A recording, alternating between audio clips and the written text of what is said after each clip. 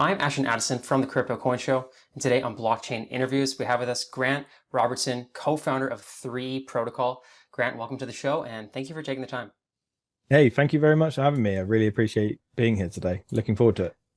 Likewise, I'm excited to dive into a bunch of different topics in Web3, including some important ones that I feel like are going to be ever more important as the years move on and as people get further ingrained into blockchain and it gets ingrained into society, like decentralized identity, figuring out what is your identity online and how does that also ingrain into the blockchain, and many other products that 3 Protocol is working on. And you guys have your hand in a lot of fires, which is very cool.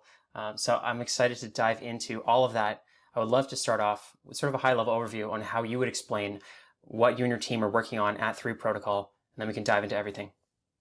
Yeah, absolutely. That makes sense. So we will I'll start from the very top. So what's 3 Protocol? What are we doing? So we are building a series of fraud resistant cryptocurrency based e-commerce tools that with the aim of making cryptocurrency a global form of payment method. How are we going to achieve that? It's quite a lofty ambition. Well, we're doing that through using 3 core pillars of technology. The first are a series of decentralized IDs, digital IDs that we call ZDKI 3s. Now, this is a way for users to be able to build an on-chain reputation without the need for typical biometric KYC. So they don't need driver's licenses, they don't need passports, they don't need bank accounts, but they can still build an on-chain reputation.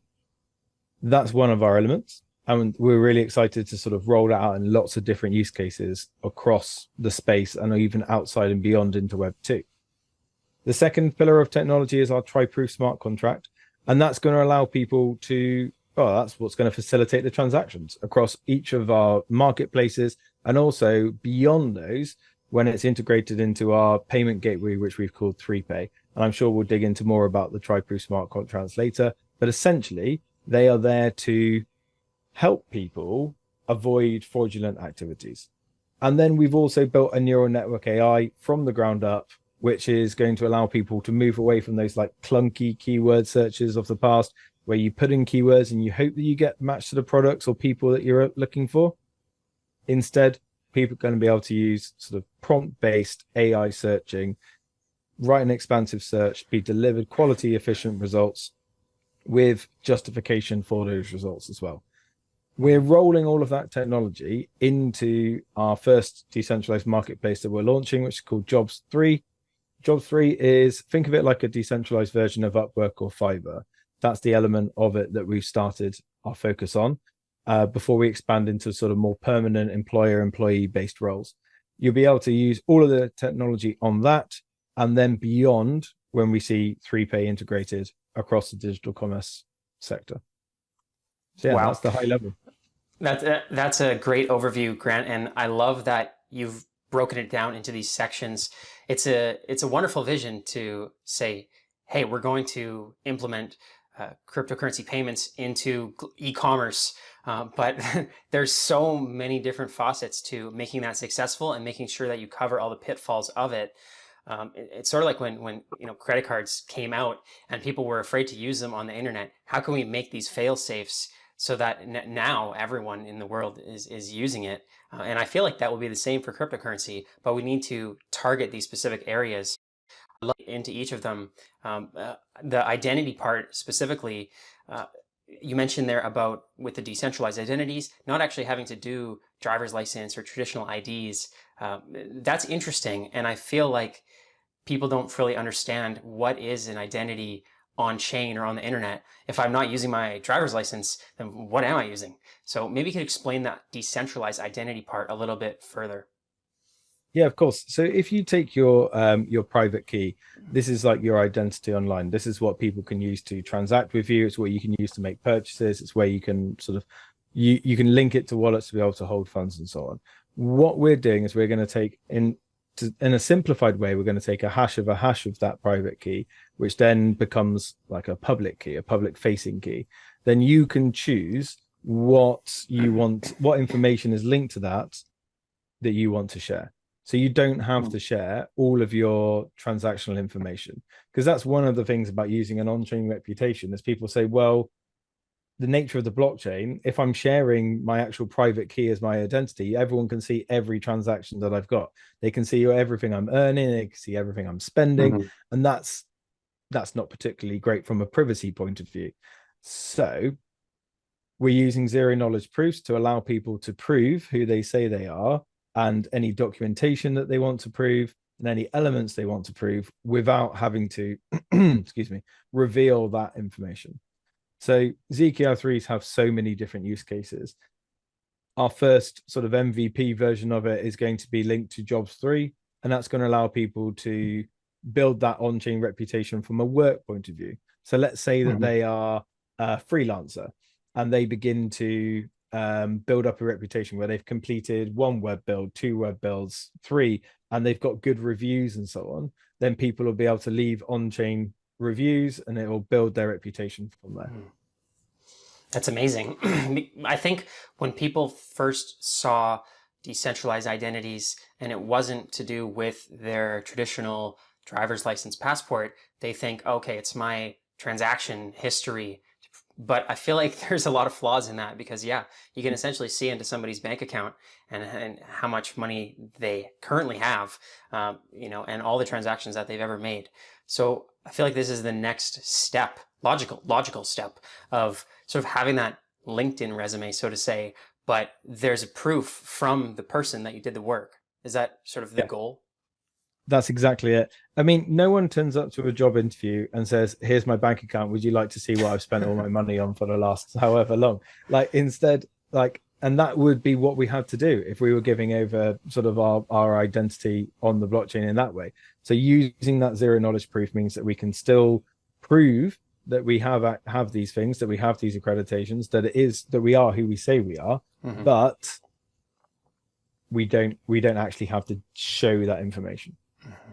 And now, for the millions of people that are looking to get jobs or sort of build this, how is 3 Protocol building it in a way that doesn't require them to get a degree in blockchain just to start putting their job credentials and history on the chain?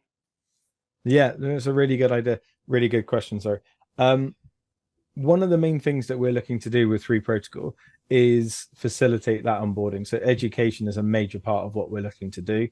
It will take some time, and it will take the right resources. So we're going to be building up a bank of video resources, building up a bank of FAQs, helping people in the community to onboard. But also it comes down to making that UI, making the UX incredibly straightforward. So I don't know about you, when I came into Web3, it was overwhelming to say the least. Like, how do I set up a wallet? How do I even send any crypto from one place to another? What do I do? And we're looking to reduce that barrier to entry. So it'll be through a straightforward UI, a straightforward UX, be that through one of our decentralized marketplaces like Jobs3, or be it through a standalone sort of app-based style software down the line a bit. But let's say you build a profile on Jobs3, it will be linked to your ZKI3, and naturally it will build up the reviews of work you've done, the amount of work you've carried out, the hours you've worked, the amount of money you've even earned, if you want to use that as a metric, however you see fit. That's really cool. I know there's just a growing number of people that are using these freelancing sites to get work, and it has some reviews on there, but they're sort of like Amazon reviews. It's hard to tell how biased or unbiased it really is. So with the Jobs3 marketplace that 3 Protocol has built, what's the stage of that right now? Are people able to go there and start looking for work? Yeah, so we have been in beta for the last sort of month or so, and we're actually about to publicly launch within the next sort of week to 2 weeks. So people can already go there and build profiles now. So you can get ahead of the game if you want to. It's straightforward. You can do that as a client or as a freelancer. So you can begin to build up your reputation, begin to build up your portfolio, your profile, have everything in place so that as more users are onboarded, you're in a great position. So watch this space for sort of our user acquisition marketing push, because there's going to be a referral scheme as well, where anyone who is referred by you will earn 10% of any fees that they pay through the platform going forward for life. So Wow. if you're someone who's connected to a lot of freelancers, it's a no-brainer to sort of bring them across to Jobs3 and let them find sort of the future of work there. That's very cool. I'm looking forward to the launch of that. I'm going to check it out. And now I want to dive into sort of the next stage or the next portion of the ZKI 3s and of the job platform. For example, say you have a portfolio up there. Now you actually want to get a job and you want to facilitate the payment between the people and you want to use cryptocurrency. Now, how is 3 Protocol managing the e-commerce part of it? Yeah, so this is where the tri-proof smart contract comes into play. So every transaction through Jobs3 or through anywhere that has 3Pay integrated will go through our tri-proof smart contract system. So lots of people understand how smart contracts work. It's between 2 parties. We've added in a 3rd party, which is essentially our dispute regulator. So let's say you would like a new logo from me. You come to me on Jobs3, you see that I'm offering a new logo for, let's say, $50, and it's cheap, and you decide to hire me. We look at the amount of the contract, and you essentially would put that into an escrow, alongside a small dispute fee. If everything goes well, your payment is released to me, and the dispute fees paid by myself and paid by you are distributed back to each other. Normal transaction, everything goes well. The reason why we have this in place is because when you're paying for something in crypto and it's a private transaction, it's a bit of a who blinks first, who shoots first in that duel. Do I send you the assets and then you might disappear and never be seen again because it's an anonymous world? Or do you send the crypto to me in hope that I then send the assets to you?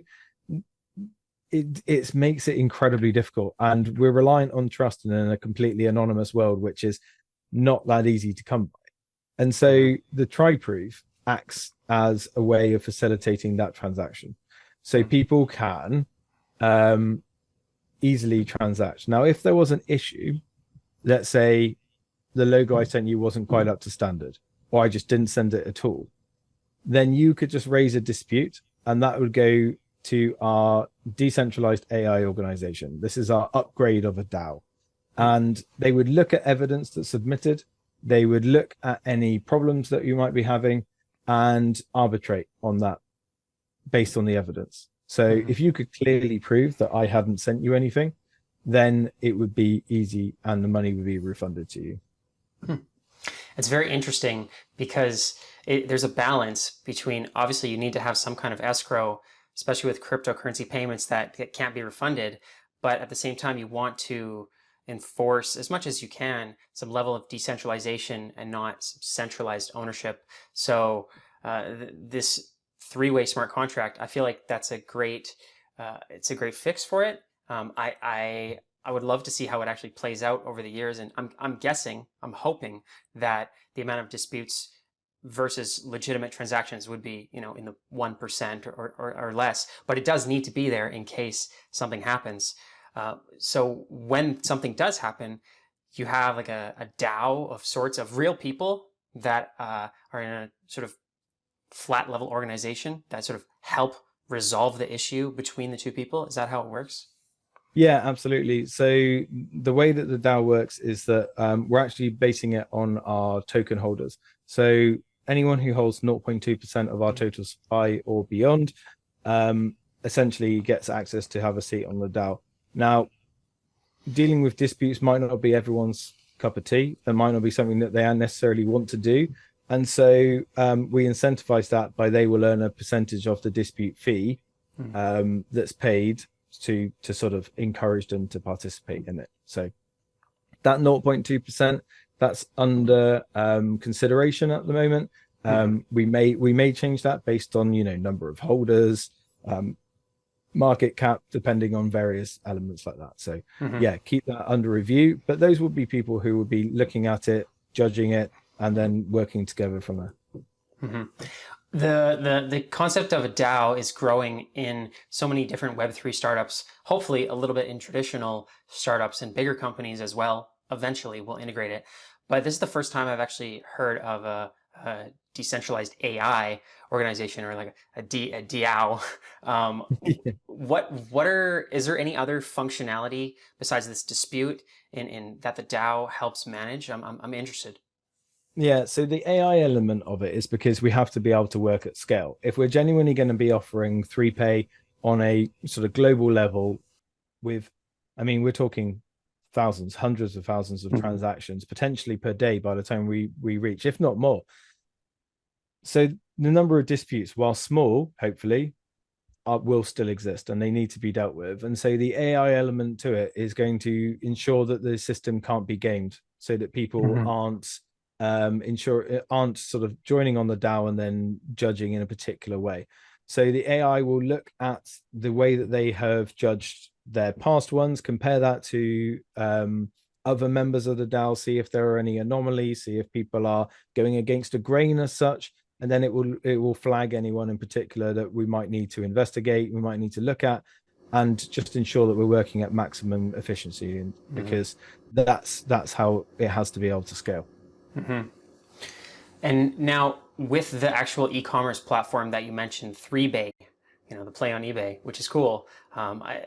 Is that just for products, or is that for services? Is that different than, the job, service level job where I'm paying you for a job? This is actually products and services?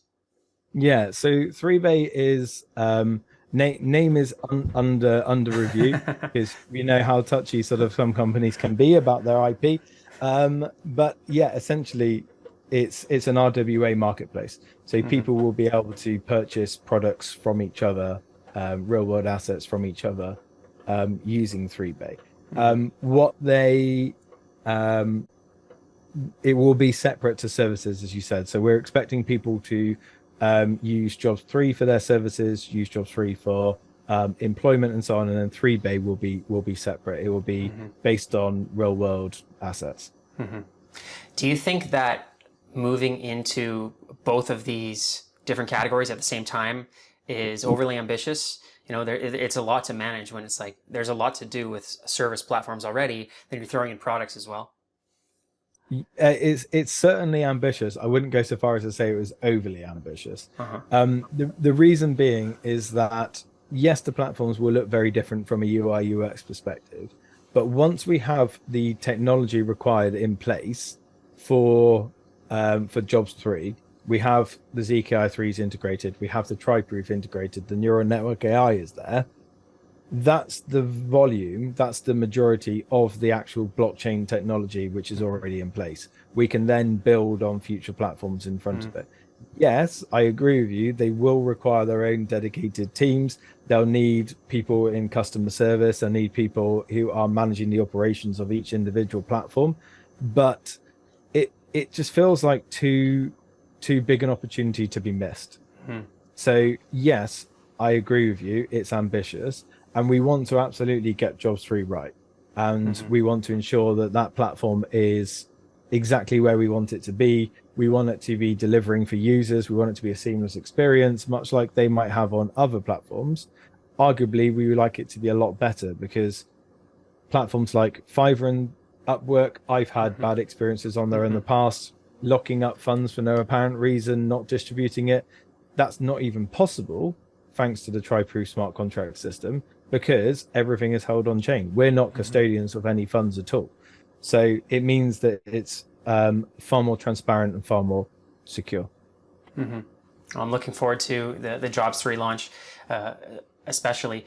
Now, I'm curious on the payments or on the crypto side. As a crypto nerd, I'd love to know more about the underlying technology.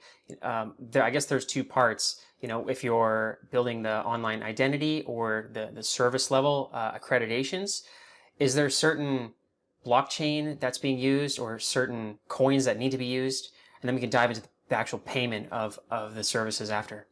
Yeah, of course. So at the moment, Jobs3 is going to be, so we are on Solana based at the moment.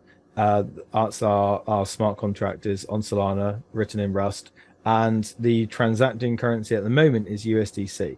Now, our first move is going to be to integrate our own token, which is 3. And if users transact using 3, then they will receive a 10% discount on any fees that they pay pay on the platform. And then we're looking at migrating our token to other chains as well. We're looking at the moment we're an ERC20 token, but we're looking at potentially migrating to the likes of Solana and so on. But we're not quite ready to reveal more information on that yet. But that's where we're at the moment. So users of Jobs3 will require a Sol-based wallet.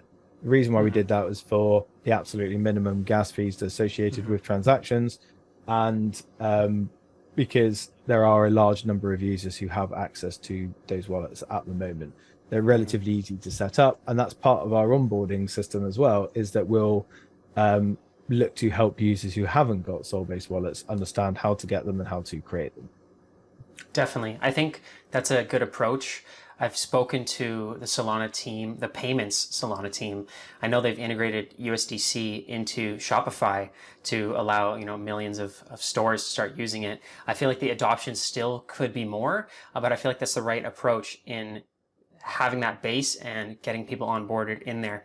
And now for people that they see the benefits of transacting, and obviously you're going to save intermediary costs and it's faster to pay with USDC on Solana or any crypto, but they're really not familiar with crypto.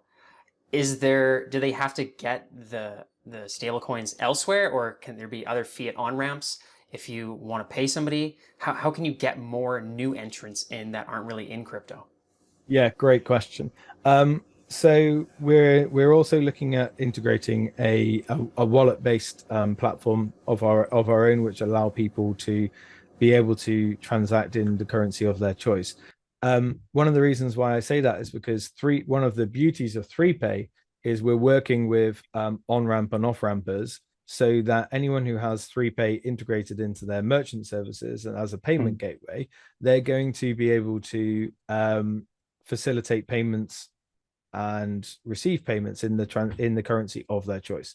So they might have a customer who is paying in fiat, and they choose to receive a cryptocurrency. They may choose to allow customers to pay in cryptocurrency and they receive fiat. That's the whole purpose of it. So we're enabling crypto to be able to be that global form of payment, but people who still want to receive or pay in fiat are able to do so, but transact using our payment gateway. That's very cool. Well, I feel like this is like the freelancer's dream and just payments dream overall, of being able to get a job in a decentralized marketplace, get paid in crypto, and then get the accreditation for it on the blockchain. So I'm looking forward to seeing how it all plays out and get involved early on. In terms of people that are actually interested in getting involved right away, are the first steps in sort of going to Jobs3 and creating a profile and learning more about the decentralized identity? Yeah, so I would say one of the first ways to do it would be to come and be part of the 3 Protocol community. So we have a large Telegram community also, or we share all of our news and updates on X. So 3 Protocol being the overarching main entity, that's our primary project. Jobs3 is the first of the decentralized marketplaces. But yes, after you're part of the community and you've learned a little bit more from our incredible mod team, or from myself or any of the others of my team who are there, then it would be time to go over to Jobs3, build a profile, see what you think. Even if you're not considering yourself a freelancer, it's worth going and building a profile and just seeing how it works, seeing what it looks like. The other way, of course, is to purchase some 3 and be part of that sort of community on that side as well. Definitely. Well, there's so many parts to this that to make a working machine, all the different cogs. Is there any info you can give about sort of the roadmap or the timeline, and what are the priorities, and what do you have hope to achieve by, let's just say, the end of this year? Yeah, of course. So we're actually releasing version 2 of our roadmap in the near future.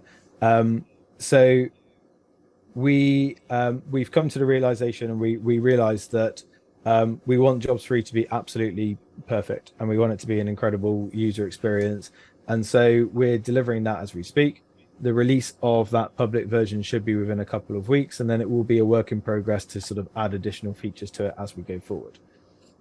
We are aiming to release version 1 of 3Pay and begin to look at integrations into other blockchains by the end of this year. And then early next year will be when we will look at building off our future marketplaces. So the likes of 3Pay that we mentioned earlier, and the other ones that we have, which will be like our flagship products to show people just what we can do with the technology. That's great. Well, I'm wishing you and your team all the best, Grant, and hoping that we can build this utopian marketplace where everyone uses cryptocurrency and it's decentralized and smart contracts resolve any disputes that come up. It sounds really cool, and I'm looking forward to seeing Jobs3 grow and the rest of the protocol as well. I can leave a link to 3 Protocol, the Telegram, the X, as you mentioned, any other information about Jobs3 and the updates when the roadmap comes out as well. Can leave all of that in the show notes, and would love to have you guys back on in the next quarter or whenever there's a major update to 3 Protocol so we can continue the discussion. That would be amazing. I'd love it. Thank you so much for the discussion today. It's been great, and yeah, for anyone who's watching recently, we're actually dropping some new information only today, which is the 2nd of September. So yeah, it'd be great to see some new community members coming and saying hi after watching us on the Crypto Coin Show. Awesome. Thank you so much, Grant. Thank you.